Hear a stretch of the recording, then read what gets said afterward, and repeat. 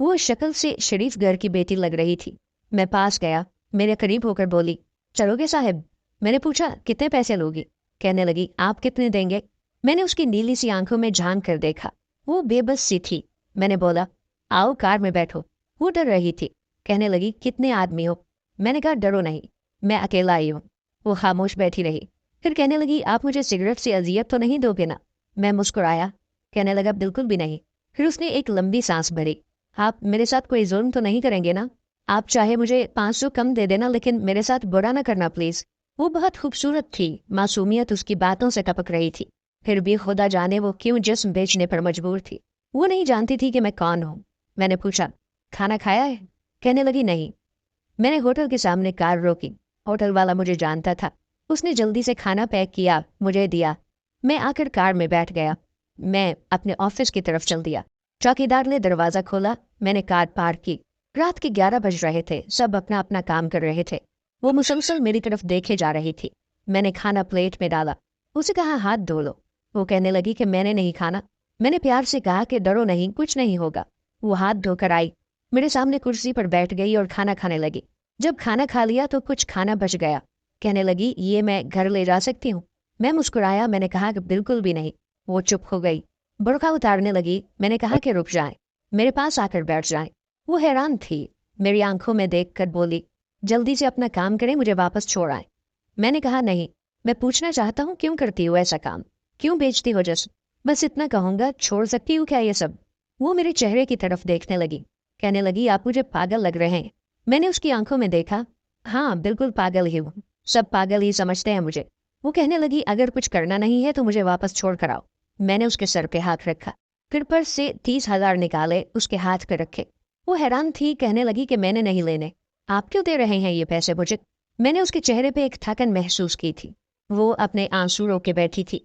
बार बार कह रही थी कि बस मुझे वापस छोड़ाओ, मुझे डर लग रहा है। मैंने उसे यकीन दिलाया कि डरने की कोई बात नहीं है। अच्छा बताओ ना, बहुत दर्द दिया है ना जिंदगी ने? ये सुनना था कि उसकी आंखें नम हो गईं, जैसे कोई क़यामत गिर गई हो उस पर। मैं समझ चुका था कोई बहुत बड़ा दर्द लिए घूम रही है। दरवाज़ा खोला। कामती आवाज़ में बोली कि मुझे छोड़ कर आओ वापस। मैंने उसे बैठने का कहा। बताया कि मेरा नाम राशिद अब्बासी है, डरो नहीं, खुद को महफूज समझो। उसे जब यकीन हो गया परेशानी वाली कोई बात नहीं तो बताने लगी कि शौहर मर गया, 3 बेटियां हैं, ससुराल वालों ने निकाल दिया, माँ बाप फौत हो चुके हैं, भाई कोई है नहीं, मामू के घर आई, मामू के बेटे ने मेरे साथ ज्यादती की। मैंने जब ममानी को बताया तो सब ने मुझे गलत कहा, मुझे धक्के देकर घर से निकाल दिया। दूर के रिश्तेदार ने एक बुड्ढे से मेरी शादी करवाई, उसके भी बच्चे थे, उसके बच्चों ने मुझे बहुत जलील किया। फिर वो शौहर भी फौत हो गया। बेटियों को लिए दर बदर भटकने लगी। न छत थी न रोटी थी, भूख अफलास थी। सड़क पे खड़ी थी। एक साहेब आए, कहने लगे कि 1 घंटे के 5,000 दूंगा। ना चाहते हुए माँ की ममता हालात की सताई हुई क्या करती आखिर, चल दी। अब हर रोज जिस्म बेचती हूँ, किराए का घर लिया है, बेटियों को अकेला छोड़ कर आती हूँ। क्या करूँ, बहुत बार सोचा खुदकुशी कर लूँ, लेकिन बेटियों को देखकर हिम्मत नहीं होती। वो रो रही थी और मैं जमाने की बेइज्जती महसूस कर रहा था। उसके सर पे हाथ रखा। उसे कहा कि राशिद तुम्हारा भाई है, आज से तुम अपनी बेटियों को लो और मेरे ऑफिस के ऊपर वाले एक रूम में रहो। वो यकीन नहीं कर पा रही थी। कार में बिठाया, उसके घर पहुंचाया। बेटियां सोई हुई थी, बहुत प्यारी थी। गोद में उठाया, दिल को सुकून मिला। वो मुसलसल रोए जा रही थी। मुझे कहने लगी कि आप फरिश्ते हैं, आप कौन हैं? मैं उसे अपने ऑफिस ले आया। वो झोली उठाकर दुआएं देने लगी। न जाने कितनी दुआएं देती रही। मैंने उसे कहा कि जाकर सो जाएं। अपने ऑफिस रूम में गया। मेरे सामने से वो चेहरा गुजरा जो एक लड़की अपने शौहर से झगड़ा कर रही थी। उसे कह रही थी, मुझे तलाक दो, तुमको मेरी कद्र ही नहीं है। वो अपना घर जला रही थी अपनी बेवकूफ़ी की वजह से। वो बेचारी क्या जाने ज़माने की तलखियाँ क्या होती हैं, ज़माने का डसना क्या होता है। मैं बताना चाहता था, अपना घर जानबूझकर उजाड़ने वाली लड़कियों को तलाक लेना आसान है, इसके बाद जीना मौत है। कभी सास का रोना, कभी नंद का स्यापा, कभी जेठानी से लड़ाई, ये हर घर की बात है। इसका हरगिज मतलब तलाक लेना या घर उजाड़ना नहीं है। कम उम्री में ही मेरे सर के बाल सफेद हो गए हैं, हजारों आंखों के आंसू देखकर। अपने घरों को आबाद रखो।